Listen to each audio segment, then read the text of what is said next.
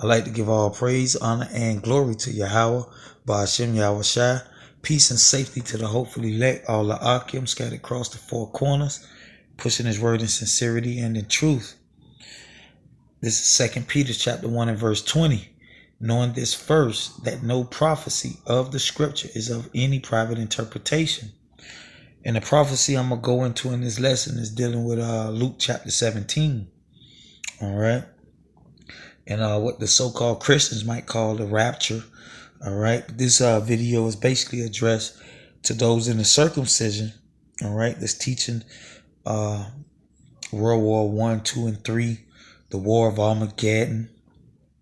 And basically all these private interpretations of the scriptures. All right. Sticking with the theme, the last video I did, the previous video I did going into Revelation 11, dealing with the second woe, dealing with those 42 months, that 1,260 days, and those 3.5 years. All right. Showed you through the precepts that this is going to take place during the second woe. All right. And what I'm going to show to you in this lesson, that is going to take place in the land of Israel. Okay. And dealing with Luke 17, which is basically a mystery, man. Luke 17, we'll start at verse 26. Luke 17 and verse 26. And it says, and as it was in the days of Noah. All right. And as you can see, that days is plural. So shall it be also in the days, all right, plural, of the Son of Man. Okay. So now I'm going to jump down to verse 34 and get straight to the point. Like I said, we're dealing with what the Christians might call the rapture. All right. But like I said, this is a mystery, man. And those amongst the circumcision, this is who this is basically addressed to. All right. And this is verse 34. It says, and I tell you, in that night there shall be two men in one bed. The one shall be taken and the other shall be left. Two women shall be grinding together. The one shall be taken and the other left. Two men shall be in the field. The one shall be taken and the other left. All right. So according to these alphabet camps, all right, the great deliverance of our people is going to take place in World War III. All right. All hell is going to be broken loose, man. Okay. But as you can see, you have one man in bed. Okay. You have this woman, all right, she's grinding, meaning she was at work, all right, and the one shall be taken and the other left. You have two men shall be in the field, one shall be taken and the other left. So now this is the point right here, verse 37. This is the mystery, man, all right. It says, and they answered, and the they is referring to the disciples. All right. And they answered and said unto him, where? All right. So the disciples is asking the Lord, where are these people going to be taken? All right. And let's see what the Lord said. And he said unto them, wheresoever the body is, thither will the eagles be gathered. All right. So the Lord didn't give them the answer. He said it in a parable. All right, what you would call a riddle. All right, and through the precepts is how you solve the riddle. All right, so we're going to get the first precept in the book of Matthews. All right, let's go to the book of Matthews, chapter 24 and verse 28. And it says, for wheresoever the carcass is, all right, the same thing the Lord said in Luke, all right, those bodies is the carcasses, all right, dead bodies. So it says, wheresoever the carcasses is, the dead bodies is, there will the eagles be gathered, all right. And basically that's what the disciples was asking the Lord, where are these people going to be taken? All right. And the Lord, this is how the Lord answered them. All right. He said, wherever the carcasses is, the dead body is, there will the eagles be gathered. So let's get the next precept in the book of Ezekiel. All right. Chapter 39, Ezekiel chapter 39 and verse 17. And it says, and thou son of man, thus saith the Lord power, speak into every feathered fowl, to every beast of the field, assemble yourselves and come together, and come gather yourselves on every side to my sacrifice, that I do sacrifice for you, even a great sacrifice upon the mountains of Israel, that ye may eat the flesh and drink blood.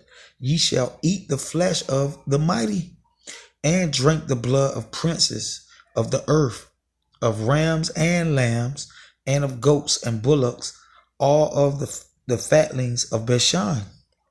And ye shall eat fat till ye be full, and drink blood till ye be drunken of my sacrifice, which I have sacrificed for you. Thus shall ye fill at my table with horses and chariots and mighty men, and with all men of war, saith the Lord power. All right. So basically, this is Ezekiel.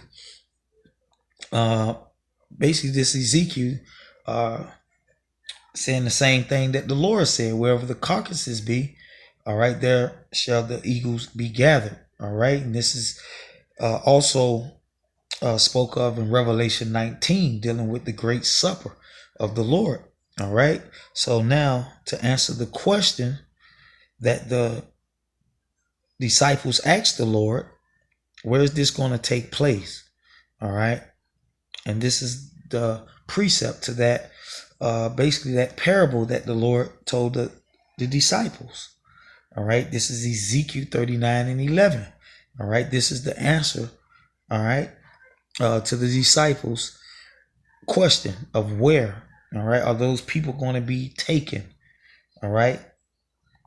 This is Ezekiel 39 and 11.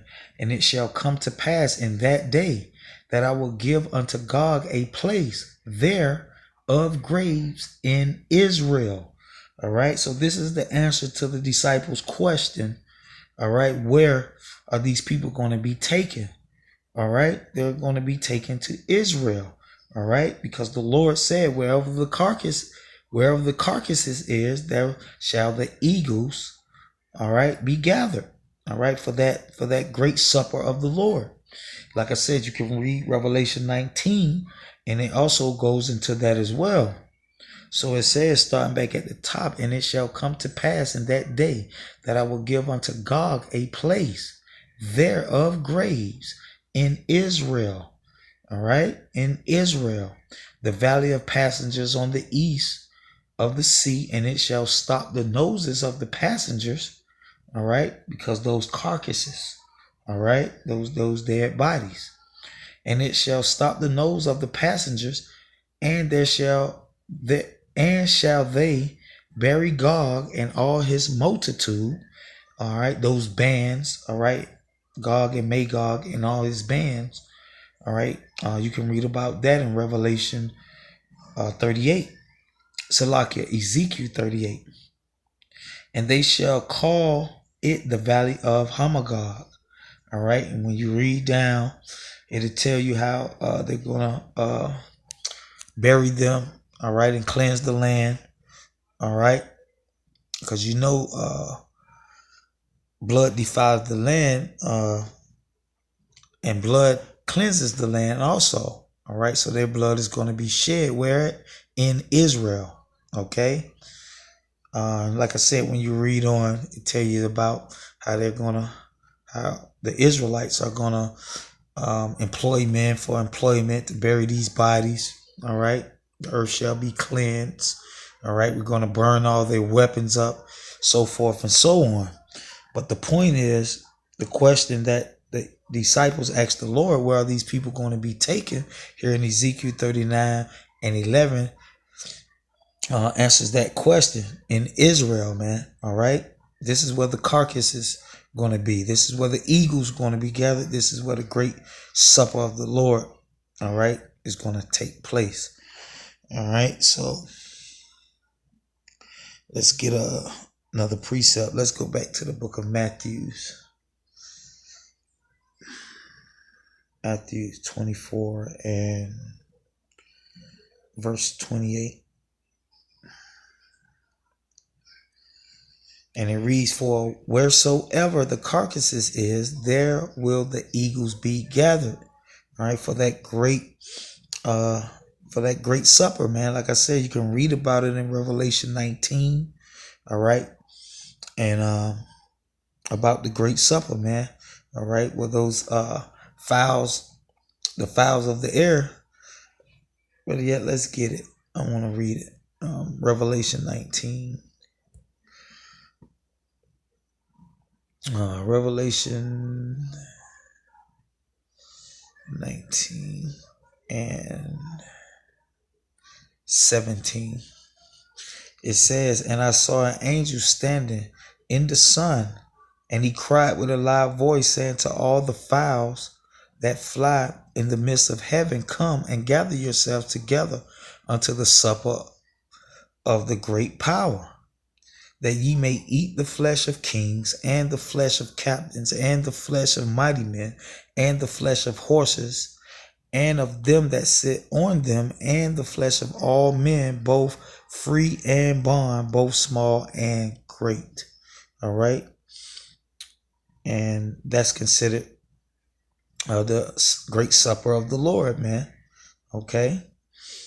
So now let's go back to Matthew 24 and 28. It says, for wheresoever the carcasses is, there will the eagles be gathered. And according to the prophet Ezekiel, chapter 39, okay, that's going to take place in Israel. So that's the answer to the disciples' question. All right. So reading on, it says, verse 29, immediately after the tribulation of those days, all right, and as you can see, it's plural, shall the sun be darkened, and the moon shall not give her light, and the stars shall fall from heaven, and the powers of heaven shall be shaken. And then shall appear the sign of the Son of Man from heaven, and all the tribes of the earth shall mourn, and they shall see the Son of Man coming in the cloud of heaven with great power and great glory. Okay. So now let's get another precept here in the book of Revelations, chapter 11, verse 11, going into the second woe, continuing the theme, all right, of the previous video that I did. This is Revelation 11:11, and it says, after the 3 days and a half, and the spirit of life, which we know those 3 days and a half is referring to what? 3.5 years, 42 months, 1,203 score, which is 60 years. All right. And after the 3 days and a half, the spirit of life from the power entered into them, and they stood upon their feet, and great fear fell upon them that saw them. And they heard a great voice from heaven saying, come up, saying unto them, come up hither. And they ascended into heaven in a cloud, and there shall their enemies behold them. All right. And this is referring to during the second woe. All right. During the second woe, after the 1,203 score days, after the 42 months, all right, after the 3.5 days, which is 3.5 years, okay, and they ascended up into heaven in a cloud, and their enemies beheld them. All right, this is the second woe, and like I said, the private interpretation that's being taught amongst the circumcision is that the second woe already took place, referring to it as World War II. All right, this haven't took place. All right. So according to their doctrine, we already received the spiritual power, because when you read the whole chapter, starting from verse 1 on down, all right, the Lord gave the spiritual power to his two witnesses, which is the elect. All right. And they prophesied for these 42 months. All right. Which adds up to 1,260 days. All right. Which adds up to 3.5 years. All right. Like I said in the previous video, we went into all that. All right. So this is dealing with the second woe. And to prove it, it says, in the same hour there was a great earthquake, and the 10th part of the city fell, and in the earthquake was slain of men 7,000, and the remnant were frightened and gave glory to the power of heaven. The second woe is past. All right. So this haven't happened yet, man. All right. So we're not waiting on World War III. All right. Because the second woe haven't took place. All right. We haven't received the spiritual power, and we haven't been resurrected. All right. We haven't ascended up to heaven in the cloud yet, man. All right. The second woe is past, and behold, the third woe cometh quickly. All right. So now that we read of the elect ascending up into heaven, let's get the scripture on the elect coming down, ascending from heaven.